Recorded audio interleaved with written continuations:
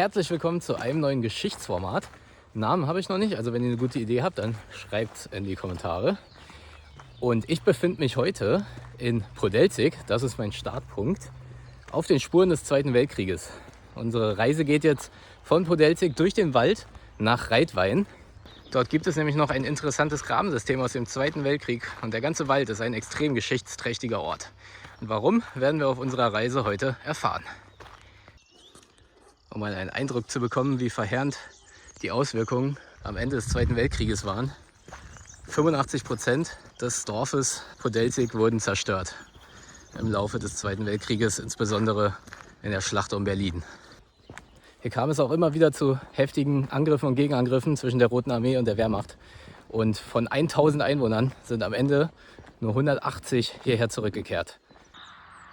Wir laufen jetzt durch die Priesterschlucht in Richtung des alten Bahnhofs und dann beginnt unsere Reise in die Wälder.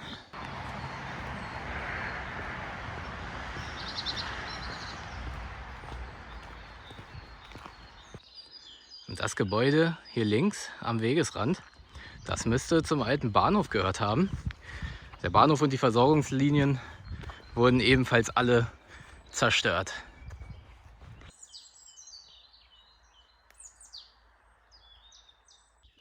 Auf der Seite kann man es auch ganz gut sehen, dass hier mal die Gleise lang geführt haben.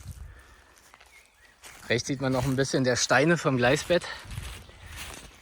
Und hier werden überall die Gleise mal lang gegangen sein. Wir folgen weiterhin dem Weg durch die Priesterschlucht. Ich folge allerdings gerade dem Weg, wo früher die Gleise verlegt waren. So sollten wir weiter tiefer in den Wald reinkommen. Und jetzt zur Linken hier fängt der Wald an, wo auch schon die ersten Schützengräben noch zu finden sind. Und das ganze System wird immer dichter, umso weiter wir Richtung Reitwein kommen.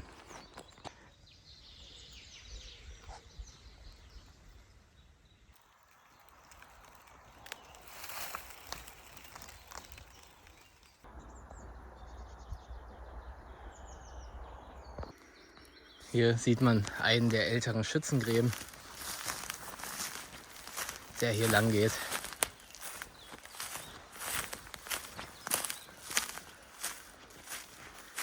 Und dieser ganze Wald hier ist durchzogen von Schützengräben und Schützenlöchern.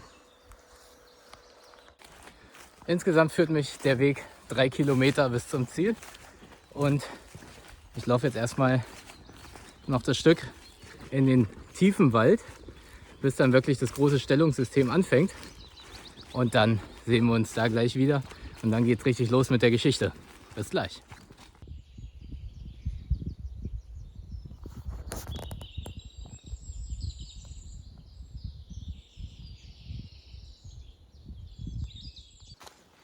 So, ich habe jetzt den dichten Wald erreicht. Und hier ist auch wirklich bergiges Gelände. Und jetzt müssen wir noch die richtige Stellung ausfindig machen.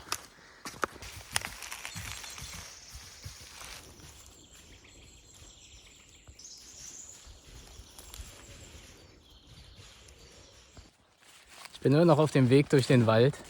Hier ist der Wald sehr dicht und schon echt ein komisches Gefühl. Heute ist hier alles extrem idyllisch. Die Vögel singen, Rehe springen hier durch den Wald. Ja, vor 80 Jahren war hier die Hölle auf Erden.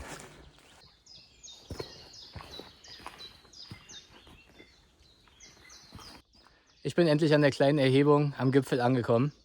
Und hier ist der Ort innezuhalten. Dieser Ort hier ist was ganz Besonderes.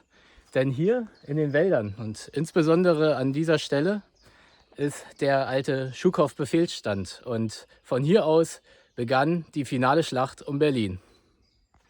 Hier ist auch eine Infotafel aufgestellt. Dadurch kriegt man auch noch gute Informationen. Kann ich gleich mal zusammentragen. Und hier unten wurden sogar noch Blumen niedergelegt als Andenken. Und dieser Ort war taktisch gewählt, denn dieser Ort war einer der höchsten Punkte mit gutem Blick, insbesondere auf Seelow.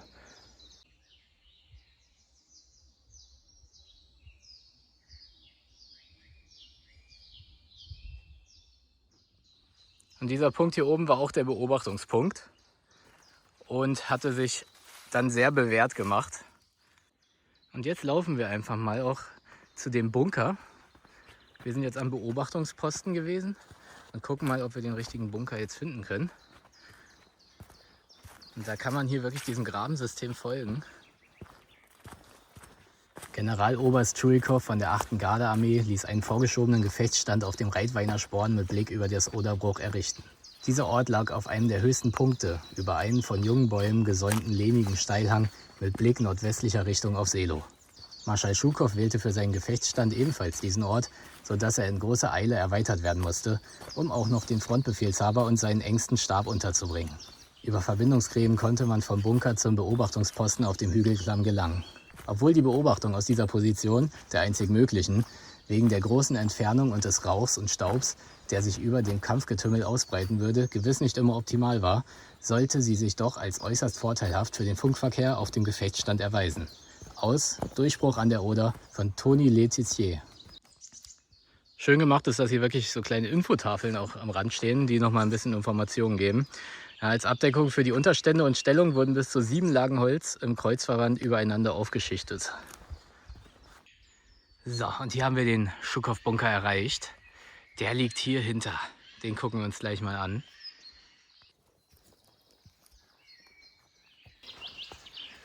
Und hier geht es in den kleinen Bunker.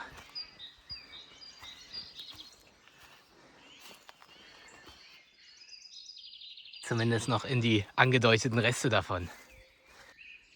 Das meiste vom Bunker ist natürlich verschüttet. Aber hier sind auch noch Originalbilder an der Infotafel. Hier ist zum Beispiel die Freilegung durch NVA-Soldaten. Und so sah das Ganze früher mal aus. Davon erkennt man heute nicht mehr so viel. Interessant ist hier nochmal der Grundriss der Anlage vom Befehlsstand, weil der ist ja jetzt nicht mehr komplett zu betreten. Aber da sieht man mal, wie groß der eigentlich war, ja, mit dem Gangsystem. Aus den Erinnerungen Stefan Dörnbergs, Mitarbeiter der Politabteilung der 8. Gardearmee, an den 15. April 1945 in Reitwein. Der Gefechtsstand der 8. Gardearmee befand sich in einer Anhöhe des stark zerklüfteten und steil abfallenden Randes der Lebuser Ebene am Westufer der Oder südwestlich von Reitwein in unmittelbarer Nähe der Hauptkampflinie. Hierher war auch Marschall Schukow, der Oberbefehlshaber der 1. belorussischen Front, gekommen, um die Kampfhandlungen in den ersten Stunden der Offensive unmittelbar zu leiten. Die Mitarbeiter der Politabteilung der 8. Gardearmee mussten eine Weile unterhalb des Gefechtsstandes warten, der auf der bewaldeten Spitze der Anhöhe angelegt war. Es ging hier bald wie auf einem Bahnhof zu. Generäle und Stabsoffiziere kamen und gingen. Die letzten noch notwendigen Anordnungen für die bevorstehende Offensive wurden getroffen. Dann war die 8. Gardearmee dran. Marschall Schukow und das Mitglied des Militärrates der Front, Generalleutnant Telegin, ließen einen recht ungewöhnlichen Befehl übermitteln. 2 Stunden vor Beginn des Artilleriefeuers sollte die Offensive durch die Mitarbeiter durch starke Lautsprecheranlagen offen angekündigt und die Soldaten und Offiziere der faschistischen Wehrmacht aufgefordert werden, die weiße Fahne zu hissen. Das sonst streng gehütete Militärgeheimnis über den Beginn einer Großoffensive würde in diesem Falle absichtlich gelüftet werden. Vielleicht konnten doch noch unnötige Opfer verhindert werden. Fast 2 Stunden lang erging über die mächtige Lautsprecheranlage in immer neuen Variationen der Aufruf. Stellt den sinnlosen Widerstand ein. Helft, dem Krieg schnell ein Ende zu machen. Rettet euer Leben für euch, für eure Angehörigen, für euer Volk. Im Namen des Oberkommandos der Heeresgruppe der 1. belorussischen Front ergeht dieser Aufruf in letzter Stunde. Interessant ist hier besonders auch nochmal das Kräfteverhältnis der Schlacht um die Seelower Höhen, also gerade hier die Ecke. Und da sieht man schon ganz gut das Verhältnis der Roten Armee im Verhältnis zur Wehrmacht. Und da sieht man, wie zahlenmäßig die Rote Armee überlegen war.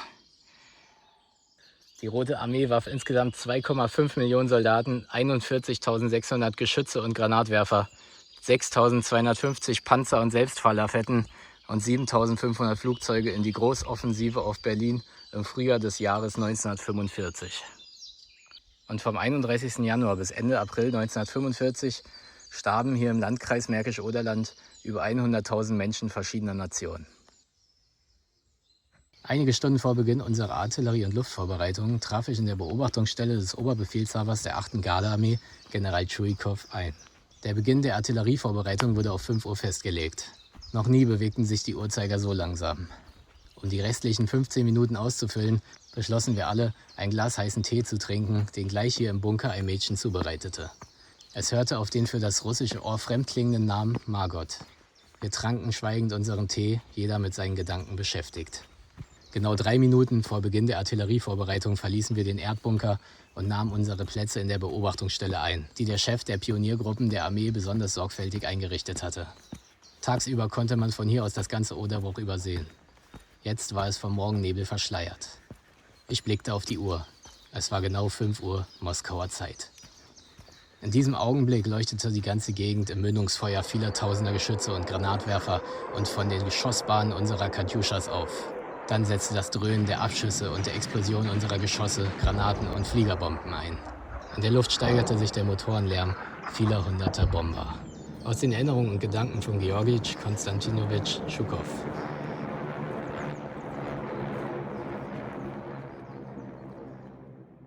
Ich finde es auch immer wieder krass, dass das Ganze ja noch nicht mal 100 Jahre her ist. Das ist ja noch nicht mal so lange her.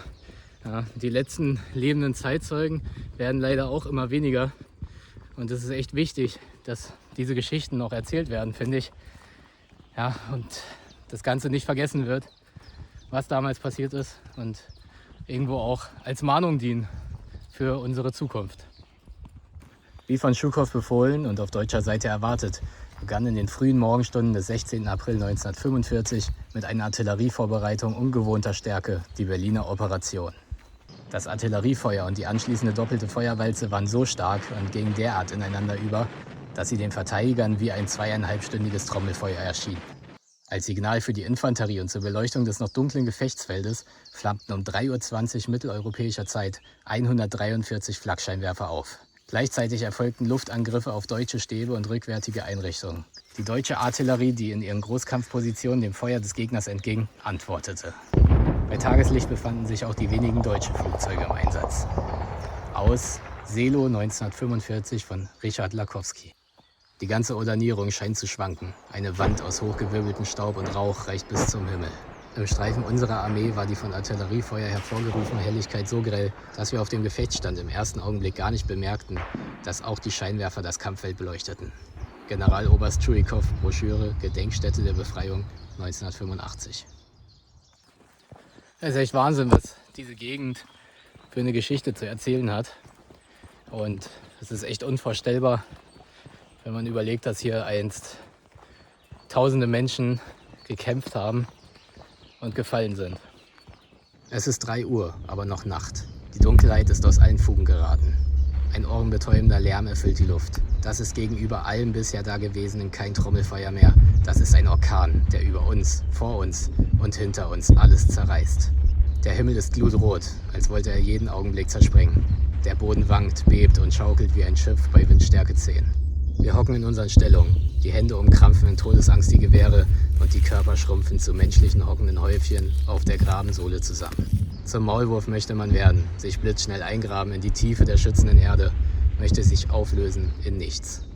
Doch wir liegen nackt wie die Regenwürmer auf einer glatten Fläche, einem unbarmherzigen Zertreten preisgegeben, schutzlos und ohne Hoffnung. Wir zittern und beten. Die Perlen des Rosenkranzes gleiten durch dreckige Lanzerhände. Alle Scham ist von uns gefallen. Herrgott, erhöre uns, die wir auf dieser Hölle zu dir schreien. Kyrie eleison. Friedhelm Schöneck, 309. Infanteriedivision, in Durchbruch an der Oder. Tony Letizier.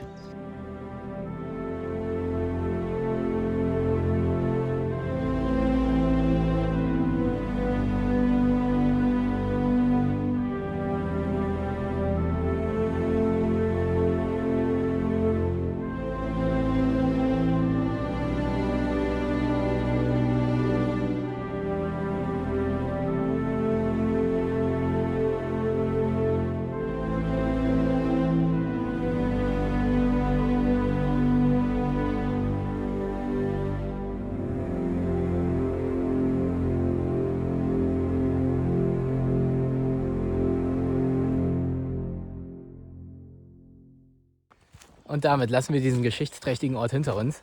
Ich hoffe, ihr konntet einen Einblick gewinnen, was diese Wälder so besonders macht und gerade diese Stelle. Und dass es euch gefallen hat. Und wenn dem so ist, dann lasst ein Like da, abonniert den Kanal. Und dann freue ich mich, wenn ihr das nächste Mal einschaltet. Also seid gespannt und bleibt dabei.